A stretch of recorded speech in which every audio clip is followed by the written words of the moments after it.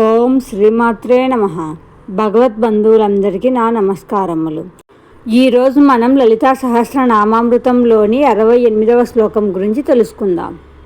శృతి సీమంత సింధూరీకృత పాదాబ్జ ధూళిక సకలాగమ సందోహ సుక్తి సంపుట మౌక్తిక. 16 అక్షరాల నామం. శృతి సీమంత సింధూరీకృత పాదాబ్జ ధూళిక. ఈ నామం వినడానికి కొంచెం పెద్దగా ఉన్నా దీని అర్థం చాలా సుందరంగా ఉంటుంది. ఇక్కడ శృతి అంటే వేదాలు. వేదాలను ఒక స్త్రీగా ఊహిస్తే సీమంత ఆమె పాపిడి అంటే మగువలు తల మీద తీసుకునే పాపిడి అన్నమాట.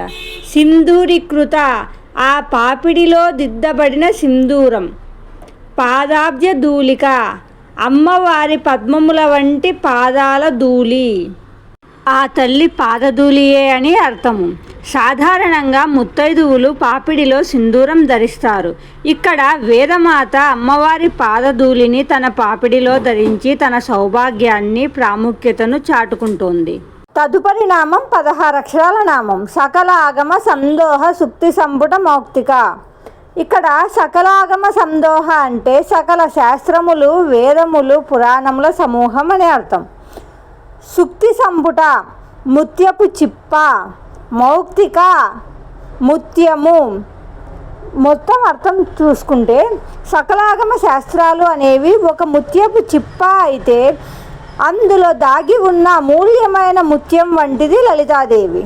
చిప్ప అంటే శాస్త్రాలు కేవలం పైన ఉండే కవచం మాత్రమే, కానీ దాని లోపల ఉన్న అసలైన విలువైన వస్తువు ముత్యం అంటే అమ్మవారు.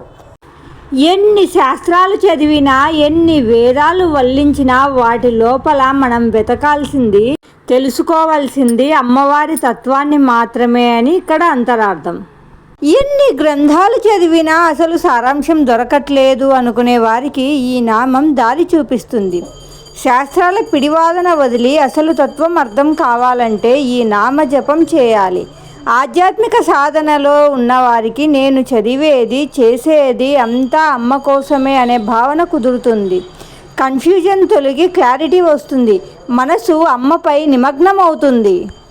ఈ 2 నామాల ప్రత్యేకత ఏంటంటే ఈ 2 వరుసగా రావడం యాదృచ్ఛికం కాదు. మొదటి నామం వేదాలే అమ్మ పాదధూళిని నెత్తిన పెట్టుకుంటాయి అని చెబితే, రెండో నామం అన్ని శాస్త్రాల సారం అమ్మయే అని చెబుతుంది. అంటే వేదం మొదలు ఆగమం వరకు అంతా అమ్మయే అని తేల్చేశారు వాగ్దేవతలు. ఈ నామాలను ప్రతిరోజు 11 సార్లు మనస్ఫూర్తిగా జపిస్తే చాలు.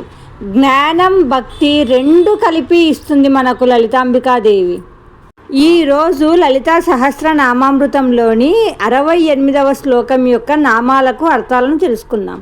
రేపటి రోజున 69వ శ్లోకంలోని నామాలకు అర్థాలను తెలుసుకుందాం. ఇక సెలవు. అమృత తుల్యమైన నామాల అర్థాలను తెలుసుకుంటూ రేపు మళ్ళీ కలుద్దాం. ఓం శ్రీమాత్రే నమః.